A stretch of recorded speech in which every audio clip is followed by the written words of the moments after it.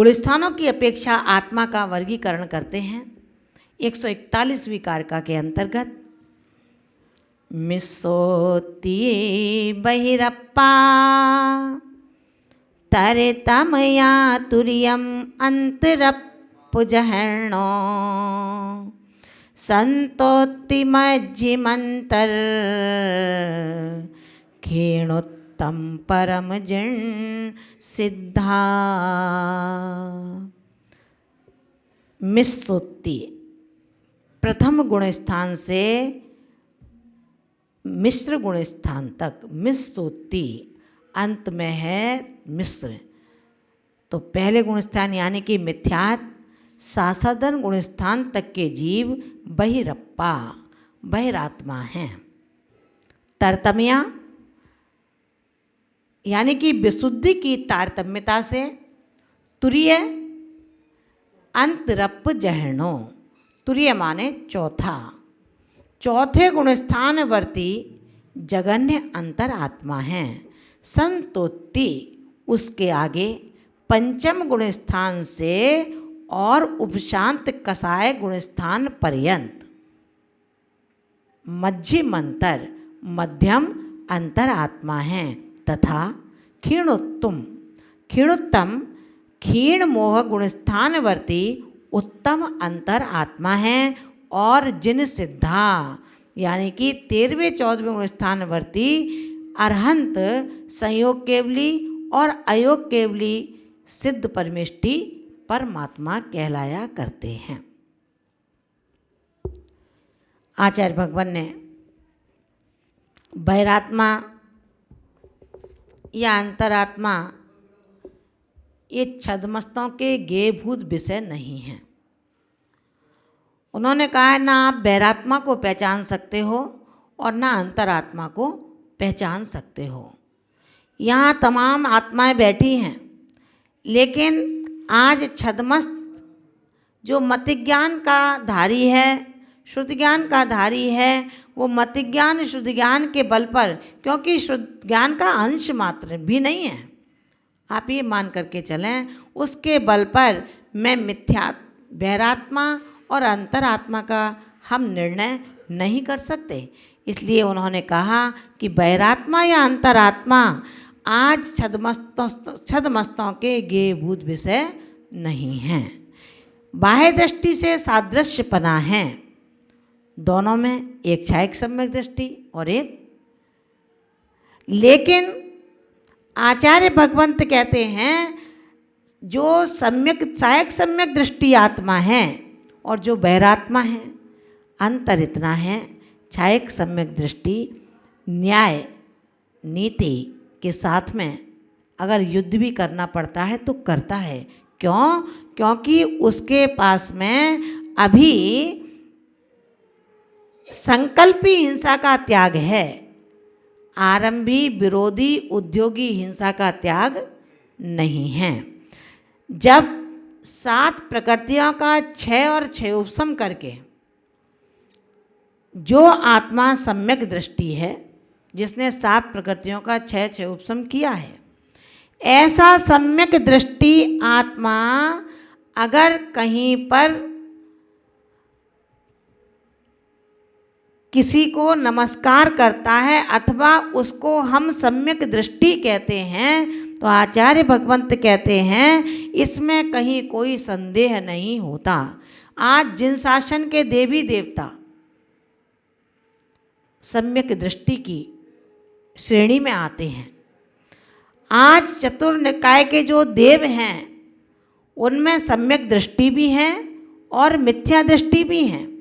उनको हम ये कहें कि ये देव नहीं होते, आचार्य भगवंत कहते हैं जो सत्य है उसको सत्य स्वीकारना होगा, श्रद्धा को दृढ़ करना होगा। कुगुरु कुदेव कुशास्त्रों में अपने श्रद्धान को नहीं लगाना, लेकिन शासन देवी देवता भी कुगुरु कुदेव में नहीं आते हैं।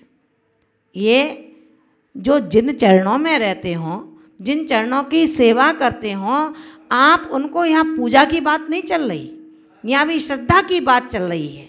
जहाँ श्रद्धा की बात चलेगी वहाँ पर यही कहा जाएगा ये श्रद्धान की चीज़ हैं, इनमें अश्रद्धान मत करो। लेकिन क्योंकि वस्तु जैसी है उसको वैसा ही स्वीकार ना होगा। और ये कब स्वीकारोगे?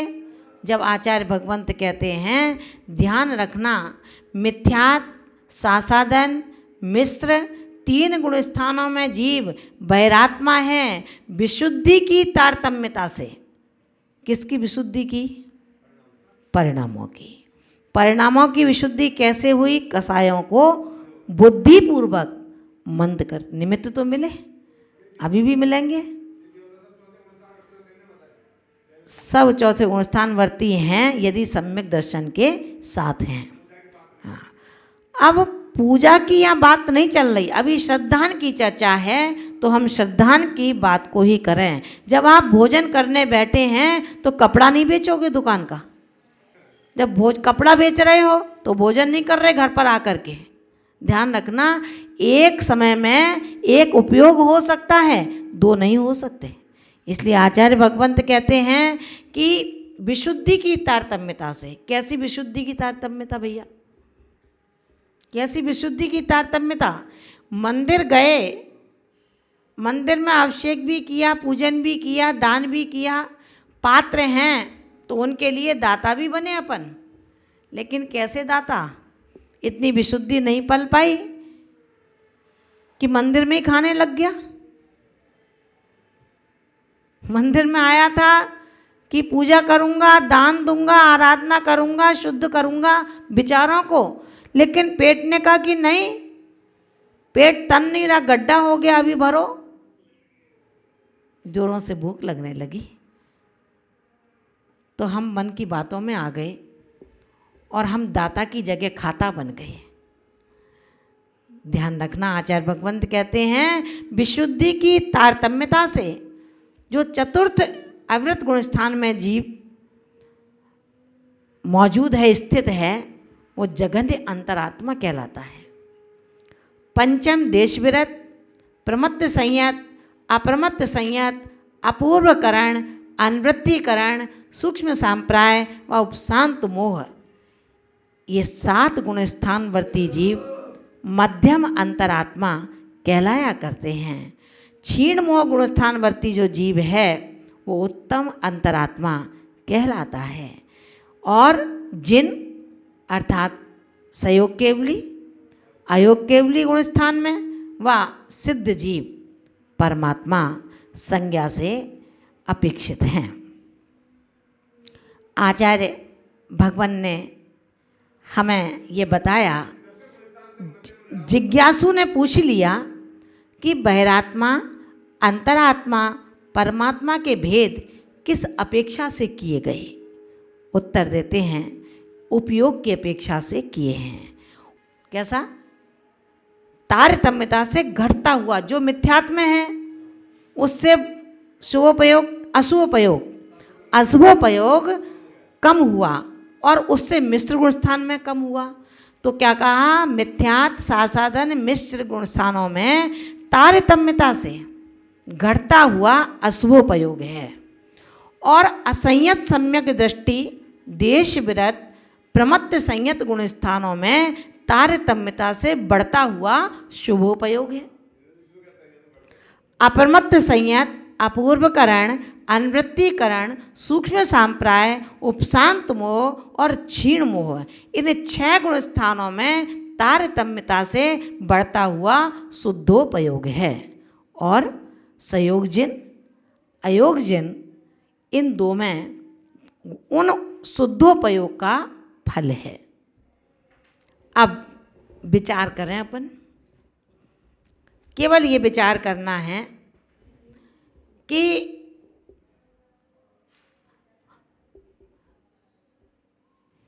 अगर आकाश में फूल और गधे के सींग हो सकते हैं, किसी क्षेत्र में मिल जाएं, तो जो लोग ये कहते हैं ना घर में बैठ कर के मुझे शुद्धोपयोग की प्रतीति हो रही है, करवाएं भाई साहब को भी सम्यक दर्शन तो मिल ही चुका है ना, हो गया, बड़े इत्मीनान से कहते हैं सम्यक दर्शन हो गया। जैन दर्शन कहता है नेमी धोखे में मत रहना, धोखे मत रहना भैया, तेरा सब लुट जाएगा। ओवर कॉन्फिडेंस में पढ़ने वाला बच्चा जो बहुत टैलेंट रखता है अपने अंदर, वो भी मार्क्स जितने लाने चाहिए बिल्कुल कम लेकर के आता है। खुद कहता है मैं ओवर कॉन्फिडेंस में नंबर ला ही नहीं पाता हूँ। हे भगवान,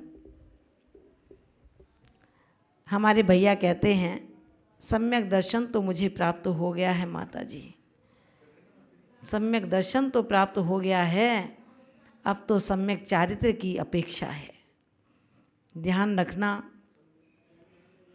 हे भव्यात्मा, तुझे सम्यक दर्शन की प्राप्ति हो गई ऐसा प्रतीत हो रहा है, कहीं बुलावे में तो नहीं है।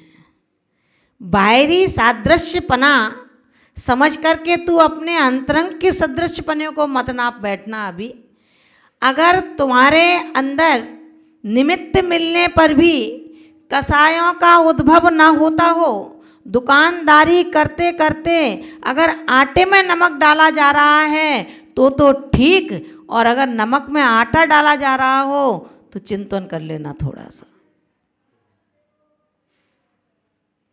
दूध में पानी तो मिलाया जा सकता है, लेकिन पानी में दूध मिलाओगे तो भैया ध्यान रखना भैंस डूब जाएगी पानी में। विचार कर लेना जरा, पुनर्चिंतन। जब कहते हैं ना नंबर कम आए हैं बच्चे के, तो कहते हैं रीचेकिंग करवा लो एक बार। तो मैं आपको बोल रही हूँ आप रीचेकिंग करें अपनी आध्यात्म की कॉपी की, आत्मगेह में जा कर के कभी चिंतन की धारा में उतरना, और आपने जो घोषणा की है कि मुझे सम्यक दर्शन की प्राप्ति हो चुकी है, सम्यक दर्शन की प्राप्ति हो गई, सम्यक ज्ञान बन गया, चारित्र की ओर बढ़ने में क्षोभसम चारित्र कहाँ से आ गया। ध्यान रखना कि हम अपने आप को यदि प्रभु मान लेंगे तो काम नहीं चलेगा। जो बोर्ड परीक्षा लेता है वो बोर्ड आपको यदि डिग्री और रिजल्ट देता है तो ही आपको कंपनी कहेगी कि ये 12th पास है। सीए की डिग्री है तो ही चार्टर्ड अकाउंटेंट है तू, अगर डिग्री नहीं है तो दुनिया कहेगी जा कर के मैंने सीए किया है, सीए किया है। भाई कुछ सबूत तो दिखाओ, कैसे सीए हो। तो रे सम्यक दृष्टि नेमी चंद जी, आप अपने सम्यक दर्शन का कोई सबूत तो दिखाएं हमें। ये तो शब्दों का आडोलन बिडोलन सीख लिया आपने, शब्दों को कहना सीख लिया। आचार्य भगवंत कहते हैं अनेकांत की सिद्धि के साथ में यदि हम स्याद्वाद मंडित जैन दर्शन को पढ़ेंगे तो वहाँ पर भी कह दिया जो महिला रसोई में गई नहीं है, जाने की तैयारी है, ताला भी नहीं खुला है। पिता ने पूछा कि कहाँ जा रही हो, तो उत्तर दिया रोटी बना रही हूँ। ध्यान रखना, नयों के वर्गीकरण में, नयों के अध्ययन में यदि उतरते हैं, और जैन दर्शन यही कहता है बिना प्रमाण के, बिना नयों के अवलंबन के कभी वस्तु तत्व की प्राप्ति हो ही नहीं सकती है। क्योंकि जो क्षयक सम्यक दृष्टि और मिथ्या दृष्टि का सादृश्यपना बाह्य दृष्टिकोण में प्रतीत हो रहा है वो नयों के अवलंबन से हो रहा है। जब स्वजातीय, उपचरित, असद्भूत इन नयों की बात आती है तो वहाँ कहा है स्वजातीय, उपचरित, असद्भूत व्यवहार ने की अपेक्षा क्षयक सम्यक दृष्टि कहता है ये स्त्री मेरी है, ये पुत्र मेरा है। ऐसा कहना उसका मिथ्यात्व नहीं है। और जब विजातीय, उपचरित, असद्भूत व्यवहार ने कहता है ये मकान मेरा है, ये आभूषण मेरे हैं, तो मिथ्यात्व नहीं है। विजातीय, स्वजातीय जो व्यवहार न है, असद्भुत व्यवहार न है। स्वजातीय माने जो जीव द्रव्य से, जीव द्रव्य खुद का और पुत्र भी जीव द्रव्य है, तो स्वजाति का हो गया। विजातीय यानी कि जीव द्रव्य नहीं है, अजीव द्रव्य है, आभूषण अजीव द्रव्य है, मकान अजीव द्रव्य है। तो विजातीय असद्बोध व्यवहार न की अपेक्षा जब ये कथन किया जाता है कि ये मकान मेरा है, तो वो छायक सम्यक दृष्टि भी इस अपेक्षा से मिथ्या दृष्टि नहीं है। लेकिन जहाँ पर स्वजातीय विजातीय उपचरित व्यवहार न कहीं नहीं लग रहा हो, वहाँ पर आप कहें कि मैंने मिथ्यात्व को सम्यक्त को प्राप्त कर लिया है। ध्यान रखना, मिथ्या दृष्टि स्वभाव और विभाव को भी जानता ही नहीं है, अभी जानता ही नहीं है। अगर जानता होता तो पत्नी से डर क्या। समझना, स्वभाव दृष्टि से देह धर्म मेरा नहीं है, ये स्वभाव है आपका, जीव का स्वभाव।